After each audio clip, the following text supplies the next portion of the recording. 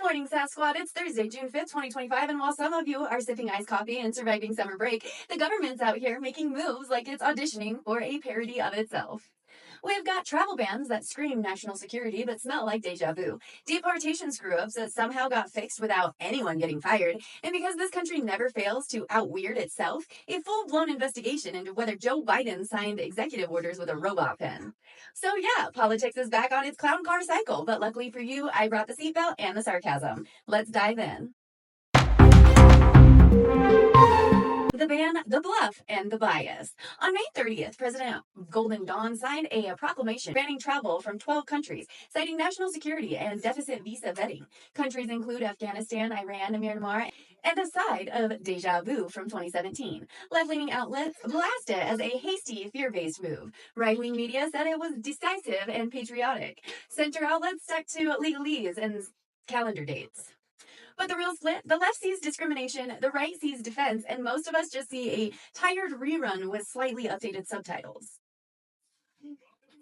And if your faith in due process wasn't already on life support, just wait, because while Golden Dawn was banning borders, his administration also deported a man who legally wasn't supposed to leave, then had to fly him back like a return to sender label on a rights violation. Deportation, due process, and damage control. A Guatemalan migrant protected by court order was wrongly deported to Mexico under Trump's watch. After major backlash, they quietly flew him back. The left called it wrongful, improper, and a red flag on systemic injustice. The right focused on his vulnerability and framed the return as court compliance. The center shrugged it off as an administrative error. No apologies, no accountability, just one man's human rights folded into a bureaucratic oopsie. So, after deporting people by mistake and fixing it like it's a lost Amazon package, what did the current administration focus on? Not fixing the system. Nope. They launched a taxpayer-funded investigation into whether Biden used a pen. Not kidding. The real decline is the distraction. Trump ordered an investigation into Biden's cognitive state, accusing his aides of using an autopen to cover up mental decline on and sign off on a policy. The left called it political theater. The right called it constitutional crisis. The center offered context. Autopens have been standard practice since forever. So while real-time chaos unfolds, we're digging through ink cartridges from a past presidency. If we're diagnosing cognitive decline, maybe we start with the people currently holding office, not the ones already collecting retirement checks and golf cart upgrades. Now, before I step away for a day, maybe two, of mom life toddler diplomacy and possibly hiding in a bathroom with chocolate, I've got a round of quick hits to tide you over. Fast, factual, and flaming hot. Quick hits for June 5th. Scaramucci screams cataclysm. Trump's megabill is sending shivers through Wall Street, with Anthony Scaramucci calling it a potential cataclysm for the bond market. When the mooch says brace yourself, maybe don't leave your 401k unattended. Green Beret gets the call. Trump's tapped a former Green Beret to lead special ops because clearly the biggest national threat is nuance. Harvard hit with visa suspension. Trump's proclamation suspended visas for new international students at Harvard. Apparently, academic excellence is now a security risk. Lindsey Graham sanctions loophole. Graham's proposing a carve-out in Russia sanctions for countries backing Ukraine. Sanctions now with customizable settings.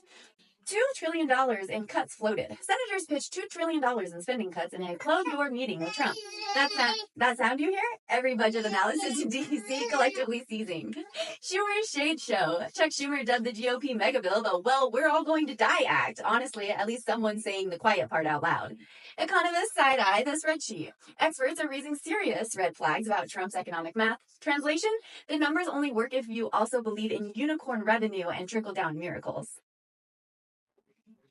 After all that whiplash, let's take a deep breath and remember that not every government body is a circus. Some are actually out here flying the flag literally for progress. Missoula's Pride Power Move. Missoula, Montana just outsmarted a state ban by designating the pride flag as an official city symbol. Why? Because state law banned pride flags on public property unless they were official city symbols. So Missoula said, cool, then we'll just make it one. Now the pride flag flies at schools, public buildings, and anywhere a municipal flag is allowed. The vote passed with strong community support, and Rep. Melody Cunningham called the pride flag a historical flag that symbolizes inclusivity. It's not just a flag, it's a legal flex with a rainbow cape. That's it for today's SassCast, and now, full transparency, I'll be off for a day or two, wrangling 4 kids, cleaning up snack explosions, and probably arguing with a toddler about the laws of gravity. But don't worry, I'll be back no later than Sunday with laws loaded, headlines highlighted, and SAS level fully charged. Until then, stay loud, stay kind, and maybe don't start any wars while I'm gone. See you tomorrow! Or not. See you Sunday.